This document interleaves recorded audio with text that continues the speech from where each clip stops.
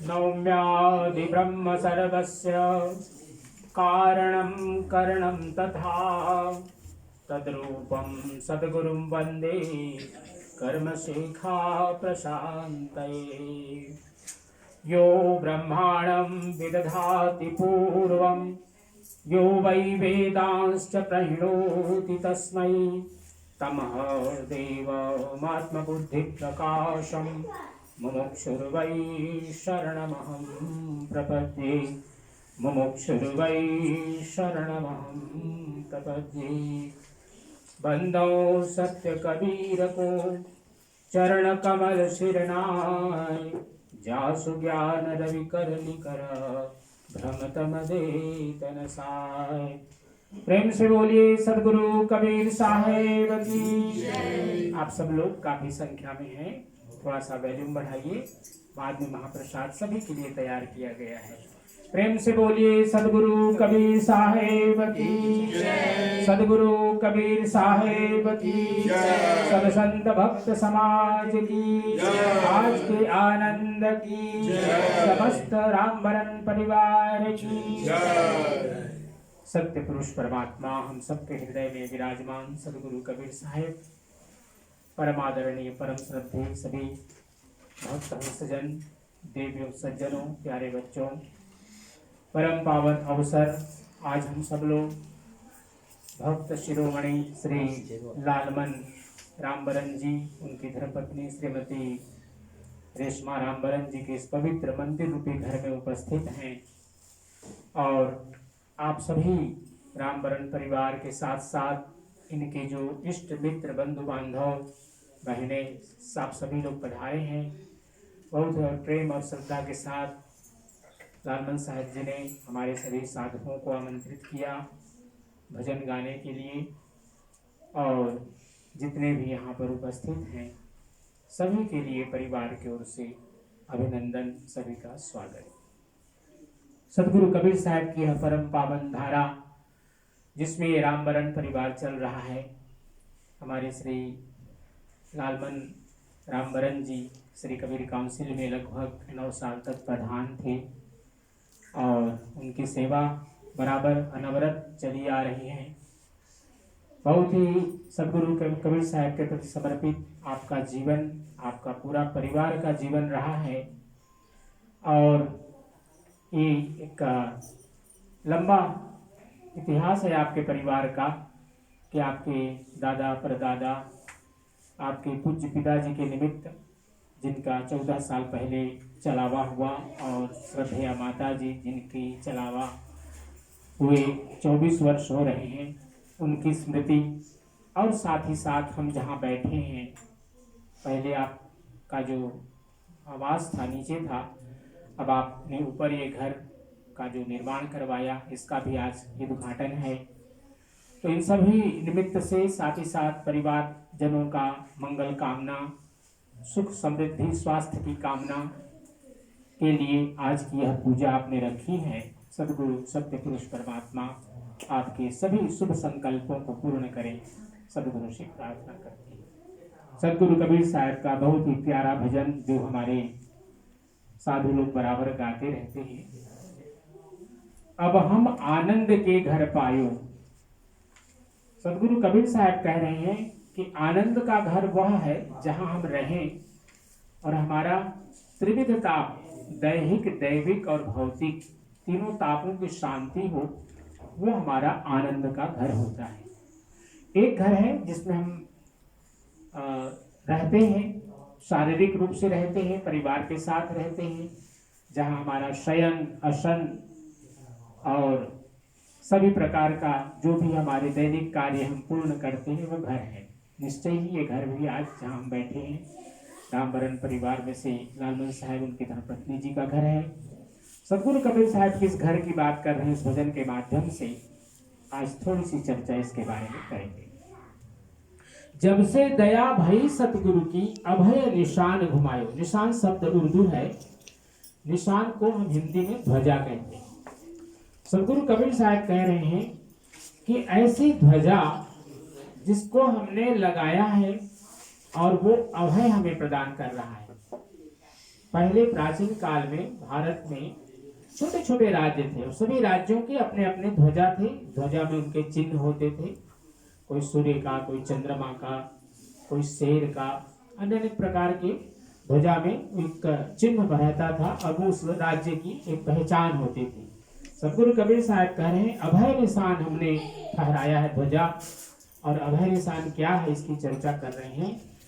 वो क्यों? क्योंकि सदगुरु की कृपा हुई, हम सदगुरु की शरण में आए, सदगुरु की शरणागति में आए, गुरु दीक्षा हमने लिया, तो सदगुरु कबीर साहब ने हमें अभय निशान दिया, अभय ध्वजा दिया, जिसके नीचे हमारा जीवन भय मुक्त हो गया। जीवन में सबसे बड़ा जो भय है वह है मृत्यु का भय। लेकिन मृत्यु का भय यदि आनंद का हो जाए तो फिर उसको किस चीज की और भय रहेंगे। तो सदगुरु कबीर साहब के इस भजन के माध्यम से बता रहे हैं काम क्रोध की गागर फोरी ममता नीर बहायो। सामान्यतया गगरी कलश में हम पानी रखते हैं। सदगुरु कबीर साहब कह रहे हैं कि हमारा शरीर भी एक प्रकार का कलश है, एक प्रकार की गगरी है। और उसमें क्या है, अगर हमने सदगुरु के उपदेश को नहीं धारण किया, इस गगरी में जल जो भरेगा वो क्या होगा, काम का और क्रोध का हो जाएगा। लेकिन सदगुरु की कृपा हुई तो क्या हुआ, ये गगरी फूट गई जिसमें काम और क्रोध की जल भरे हुए थे। और क्या किया, तज प्रपंच वेद विधि क्रिया चरण कमल चित लायो। जब सदगुरु के शरण में उनके चरणों की हम ध्यान करते हैं, सदगुरु का दिया हुआ अभय सत्य नाम का ध्वजा का हम अपने छत्र सिर पर उसको छाया के रूप में धारण करते हैं, तो हमारा यह जितना प्रपंच है, प्रपंच इसलिए क्योंकि हमारा जो इंद्रिय हैं, इंद्रियां बराबर अपने भूख चाहती है, नेत्र अपने भूख चाहते हैं, अपनी क्षुधा की पूर्ति चाहते हैं। इसी प्रकार से नेत्र के साथ साथ हमारे जो अन्य ज्ञानेंद्रियां हैं सभी अपने अपने क्षुधा की पूर्ति के लिए अनवरत रूप से अहरनिश लगे रहते हैं। अच्छा भोजन, सुस्वादु भोजन, हमारा बड़ाई हो, हमारा सम्मान हो, कान सुनना चाहता है, सुंदर संगीत सुनना चाहता है, कर्ण का भोजन, कानों का, श्रोत्र का भोजन। इसी प्रकार से हमारा स्पर्श, सुखद स्पर्श, त्वचा का भोजन। इसी प्रकार से हमारे जो नेत्र हैं, सभी इंद्रियां अपने अपने क्षुधा की पूर्ति के लिए लगे हुए हैं। इसलिए ये प्रपंच है, क्योंकि इसमें कभी भी संतुष्टि नहीं होती, इसमें कभी भी क्षुधा की पूर्ति नहीं होती, बल्कि क्षुधा और बढ़ती जाती है। हम सब, आप सब लोग ध्यान दें, बचपन से लेकर के जिन्होंने जितनी आयु पूर्ण करनी है, लगता है जैसे अभी कल की बात है, कह रहे हम स्कूल जाते थे, प्राइमरी, उसके बाद विद्यालय, महाविद्यालय, विश्वविद्यालय, लगता है जैसे कल की बात है। शरीर हमारा शिथिल होने लगते हैं, बाल पकने लगते हैं, भले उसको हम काला करा ले, लेकिन हम जानते हैं कि बाल हमारे कितने सफेद हो गए हैं। दांत टूटने लगते हैं, आंखों से कम दिखाई देने लगती है, कानों से कम सुनने लगते हैं हम, लेकिन मन सदा जवान रहता है। मन कभी भी उसकी आयु नहीं बढ़ती। हमारी तृष्णा एका तरुणायते, हमारी जो तृष्णा है, कामनाएं हैं, इच्छाएं हैं, वो कभी भी जीर्ण नहीं होते, कभी भी वो वृद्ध नहीं होते। सदगुरु कबीर साहब यही कह रहे हैं, तज प्रपंच वेद विधि क्रिया चरण कमल चित लायो। पता नहीं कितने कितने प्रकार के कर्म कांड बताए गए हैं। केवल वेद के यज्ञ नहीं है, अनेक अनेक प्रकार के यज्ञ, अश्वमेध यज्ञ, नरमेध यज्ञ, गोमेध यज्ञ प्राचीन काल में सब हुआ करते थे।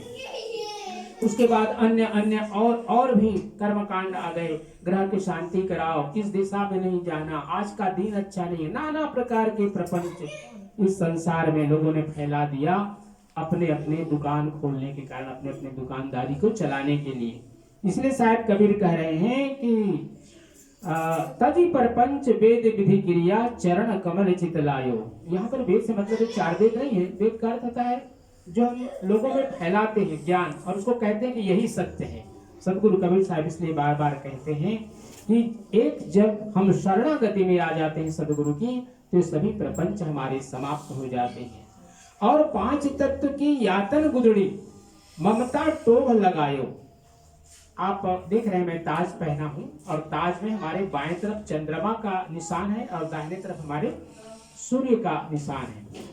तो हमारी दो नाड़ियां हैं जो बराबर चलती रहती है हमारे जीवन में। चंद्रमा नाड़ी जो एक प्रकार से शांति का द्योतक है, और सूर्य नाड़ी जो हमारे अग्नि का द्योतक है। लेकिन दोनों का जब तक समन्वय ना हो, जब तक दोनों का संतुलन ना होगा, हमारा जीवन नहीं चल सकता। यही टोभ है, यही उसका चिन्ह है। क्योंकि पांच तत्व की यातन गुजड़ी आप जानते हैं, पुराने काल में हमारे जो बड़े लोग थे वो पुराने कपड़ों को सिल करके एक मोटी सी गुजड़ी बना लेते थे, ठंडी आदि में ओढ़ने का भी काम आता था, और सामान्यतः उसको बिछा करके सोया भी करते थे। तो ये जो हमारा शरीर ही गुजड़ी है, इसमें पांच तत्व लगे हुए हैं, और इस पांच तत्व आप सब जानते हैं, क्षितिजल गगन समीर, क्षितिजल पावक गगन समीर, ये जो पांच तत्व की गुजड़ी है, इसमें ममता का अर्थ होता है आसक्ति। हाँ, इसमें अटैचमेंट, हमारा जो इस शरीर के प्रति जो अटैचमेंट है, जितना हम इसको सजाते हैं, सुगंधित करते हैं, बराबर इसको अनेक प्रकार के आभूषणों से सजाते रहते हैं, खान पान से इसको स्वस्थ रखने का प्रयास करते रहते हैं, इसके प्रति हमारा जो मोह है वो हमें इस बराबर के प्रपंच में बराबर लगाए रखता है। और बाद में कहते हैं, हद घर छोड़ बेहद घर आसन, गगन मंडल मठ छायो। ये एक ध्यान की प्रक्रिया है गुरु तत्व के द्वारा। हद घर छोड़ बेहद घर आसन, क्योंकि जब तक हम हद में हैं, हद का अर्थ होता है जहां पर सीमाएं बनी हुई, चार दीवारी है, इसको हम हद कहते हैं। और हद से जो बाहर हो गया वह है बेहद घर आसन, अर्थात उस अधर मंडल में जब हम आसन लगाते हैं, गुरु कृपा से जब हमें विधि मिलती है, जब उस आसन को लगाते हैं तो क्या होता है, गगन मंडल मठ छायो। मठ का अर्थ सामान्यतः संत जहाँ रहते हैं उसको मठ कहते हैं, लेकिन यहाँ पर मठ से अर्थ है जहाँ पर हमें आत्म शांति मिलती है, वह है मठ। मठ में हमारा मन शांत होता है, इसलिए इसको हम मठ कहते हैं। मठ आश्रम भी, आश्रम तो यहाँ पर जैसे महिला आश्रम, बुजुर्ग लोगों का आश्रम, ऐसा नहीं। मठ से यहाँ पर तात्पर्य है जहाँ पर हमारा मन शांत होता है। जैसे आप गंगा तालाब जाएं उन दिनों में, जिन दिनों में वहां पर भीड़ नहीं होती है, जाकर के थोड़ा कहीं एकांत में बैठे, थोड़ा सा ध्यान करें, आप देखेंगे वहां का कितना सुंदर वाइब्रेशन है, वहां का सकारात्मक जो वहां का वातावरण है वो जिस प्रकार से आत्म शांति देता है। इसी प्रकार जब एक गुरु भक्त अपने जीवन में हद को छोड़ करके बेहद घर आसन लगाकर और उस परमात्मा का ध्यान करता है, तो वह क्या होता है कि मठ का रूप लेता है। गगन मंडल मठ छायो, चांदन सूर्य दिवस नहीं रजनी, क्योंकि वह जो परमात्मा का स्थान है, ऐसा नहीं कि कोई ऐसा जगह बना हुआ है जहाँ पर चंद्रमा नहीं है, सूर्य नहीं है, तारागण नहीं है, लेकिन ये ध्यान से जुड़ी हुई बात है, गुरु तत्व के द्वारा इसको हम जान पाते हैं। तो वहां पर चंद्र सूर्य की जो प्रकाश हम बाह्य रूप से देखते हैं, अभी हम लोगों ने यहाँ पर लाइट लगाए हैं, बाहर में भी संध्या हो रही है, तो इसको हम एक प्रकार से प्रकृति के सूर्य का प्रकाश या चंद्रमा का प्रकाश या अंधेरा या उसको हम उजाला, इस रूप में हम जानते हैं। लेकिन एक ऐसा भी ध्यान की प्रक्रिया है जहाँ पर चंद्र और सूर्य की आवश्यकता नहीं होती, क्योंकि रजनी तहाँ लार लरायो, अर्थात अब हमने परमात्मा से जुड़ाव कर लिया है। हमारा जो संबंध है इस संसार में केवल एक व्यवहार के लिए, लेकिन जो वास्तव में हमारा व्यवहार है, संबंध है, वो परमात्मा के साथ जुड़ गया। तहाँ जाई लार लरायो, कहे कबीर कोई पिया की प्यारी। जिस प्रकार भक्त है, क्योंकि भक्ति का मार्ग में प्रत्येक पुरुष या स्त्री हो उसको समर्पण करना होता है। यहाँ पर अगर हम पुरुष के रूप में अहंकार करेंगे तो भक्ति नहीं कर सकते, स्त्री में भी अहंकार होते हैं, अगर वो अहंकार करेगी तो न तो सांसारिक हम भक्ति कर पाएंगे और न ही परमात्मा की भक्ति कर पाएंगे, क्योंकि समर्पण भक्ति का प्रथम सोपान है। समर्पण सबसे पहले अगर हो तभी हम गुरु को प्राप्त कर सकते हैं, माता पिता की कृपा प्राप्त कर सकते हैं, बड़ों का आशीर्वाद प्राप्त कर सकते हैं। उसके लिए झुकना आवश्यक है, उसके लिए समर्पण प्रथम आवश्यक है। सदगुरु कबीर साहब इसलिए बार बार लोगों को कहते हैं, भक्तों को कहते हैं कि अपने बराबर ध्यान में रखो, मेरा मुझ में कुछ नहीं, जो कुछ है सो तोर, और तेरा तुझको सौंप दे क्या लागत है मोर। इस संसार में हम सब लोग जो कुछ भी प्राप्त किए हैं इस संसार में, या तो माता पिता की कमाई होती है, या हमारे पूर्व जन्म कृत कर्म होते हैं, या फिर हम स्वयं अपने कर्म से, व्यापार से या किसी नौकरी से, उद्यम से हम इसको प्राप्त करते हैं इस संसार में आने के बाद। लेकिन मुट्ठी बांध के आया जगत में, हाथ पसारे जाना है।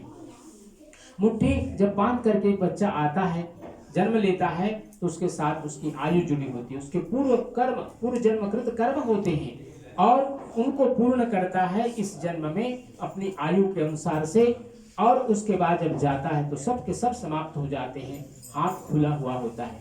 तो ये जो संसार की यात्रा है, हमें एक संतुलन लाना है, क्योंकि ऐसा नहीं कि हम घर परिवार छोड़ करके, समाज छोड़ करके, नौकरी उद्यम व्यापार छोड़ करके कहीं एकांत में चले जाए। नहीं, कबीर साहब ने कहा कि सब कुछ करो लेकिन अहंकार हो रहित तो होकर के करोगे तो यही तुम्हारी पूजा हो जाएगी। तुम्हारा देखना, दर्शन करना, जैसे आप लोग अभी आए हैं यहाँ पर, आपका दर्शन करना एक यज्ञ बन गया। आपने भजन श्रवण किया, प्रवचन सुन रहे हैं, आप अभी और भजन होंगे, आप उन भजनों को सुन करके आपके कान के द्वारा यज्ञ हो गया। आप चल करके यहाँ पर आए हैं और चल करके आना आपका पैरों का यज्ञ हो गया, पद का यज्ञ हो गया। इसी प्रकार पूजा में आप आकर के तैयारी की। धन्यवाद मैं कहता हूँ बिटिया मनीषा को, संध्या जी को, विधि निधि को, और भी जिन लोगों ने इस पूजा में सहयोग किया है, हमारे साधु लोगों ने, सब लोगों को। दीवान साहब तो खैर तैयारी की, उनका मैं कैसे नाम न लूं। तो जिन लोगों ने तैयारी किया उनके क्या है, मन के द्वारा उनके यज्ञ हुए, उनके हाथों के द्वारा यज्ञ हुए, पैर के द्वारा यज्ञ हुए। इसी प्रकार उनकी वाणी कि भाई हमें थाली चाहिए, कटोरी चाहिए, रुई चाहिए, घी चाहिए, बार बार जो बोल रहे हैं आप, ये बोलना चाहिए, है ना, चाहिए। सामान्यतया इसको हम नकारात्मक भाव में लेते हैं, लेकिन पूजा के लिए जब हम इसी को उपयोग करते हैं चाहिए, तो ये सकारात्मक रूप हो जाता है और आपकी वाणी के द्वारा ये एक प्रकार का यज्ञ बन जाता है। तो हमारी इंद्रियां जब सांसारिकता में लगी होती हैं तो वह भक्ति का स्वरूप लेते हुए वह एक प्रकार का कर्म का फल बनता है। लेकिन जब हम उसको अध्यात्म के साथ जोड़ते हैं तो यही इंद्रियां एक प्रकार की यज्ञ करती हैं। और हम सब जानते हैं कि यज्ञ का जो फल होता है वो सुफल होता है। उसके जो रूप होते हैं, बाद में उसके जो प्रतिफल मिलते हैं, उसका कर्म का फल मिलता है, वो बहुत ही मंगलदायक होता है। तो यही शायद कह रहे हैं, कहें कबीर कोई पिया की प्यारी, पिया पिया रख लायो।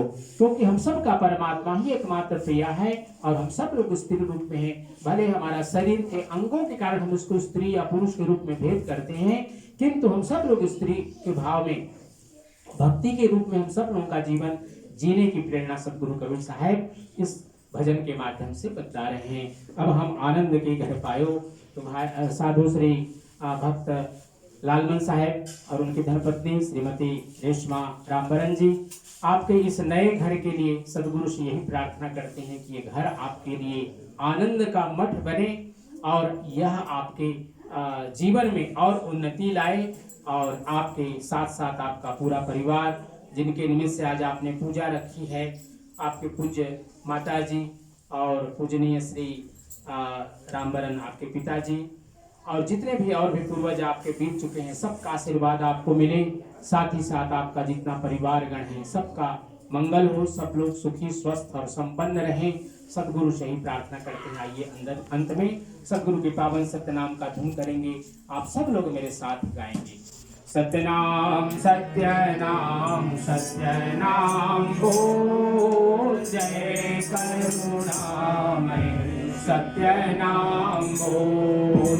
सत्यनाम सत्यनाम सत्यनाम बोल, जय करुणामय सत्यनाम बोल। सत्यनाम सत्यनाम सत्यनाम बोल, जय करुणामय सत्यनाम बोल। सत्यनाम सत्यनाम सत्यनाम बोल, जय करुणामय सत्यनाम बोल। सत्यनाम सत्यनाम सत्यनाम बोल, जय करुणामय सत्यनाम बोल। जय करुणामय सत्यनाम बोल, जय करुणामय प्रेम से बोली सदगुरु कबीर साहेब की जय। सदगुरु के चरणों में 3 बार बंदगी करेंगे। मेरी बंदगी में आप सब लोग सम्मिलित हो जाइए। साहेब बंदगी, साहेब बंदगी, साहेब बंदगी।